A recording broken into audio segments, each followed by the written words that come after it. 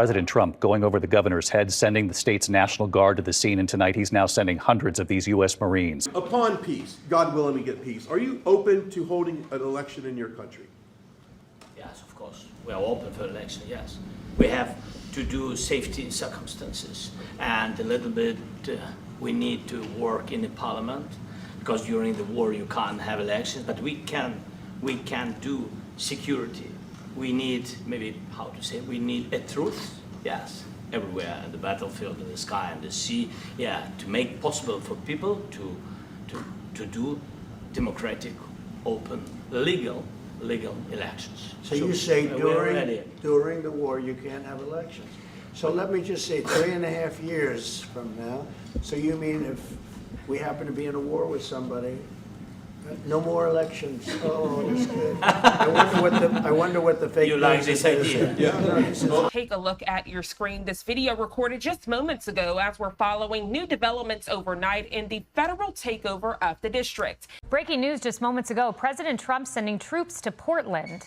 He made the announcement on Truth Social, and it read in part at the request of Secretary of Homeland Security Kristi Noem. I am directing Secretary of War Pete Hegseth to provide all necessary troops to protect war-ravaged Portland.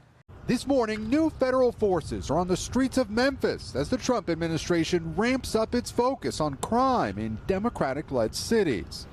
Breaking news right now, as we've been telling you, the Washington Post is reporting tonight that the Pentagon has been planning for weeks for a potential military operation in Chicago involving thousands of National Guard troops to crack down on crime, despite the fact that both Mayor Brandon Johnson and Governor J.B. Pritzker have said the troops are not welcome. And joining us to talk more about this is Joe Ferguson, president of the Civic Federation of Chicago and formerly Chicago's Inspector General. Joe, thanks for being with us tonight. So what is your initial reaction to this plan as reported in the Post tonight?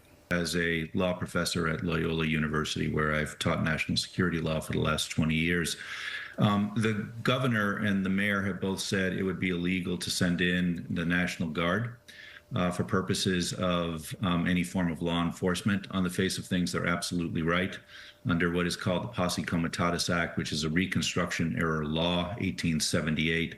However, there are a couple of exceptions to the Posse Comitatus Act, and one of them is what's known as the Insurrection Act, which is an 1807 law. And then there are some other federal statutes that constitute exceptions. And so the question is, what exceptions might exist right now? But in the first instance, to simply send in or attempt to federalize National Guard or to send in the military for law enforcement purposes in the first instance, it is unlawful. It's unconstitutional.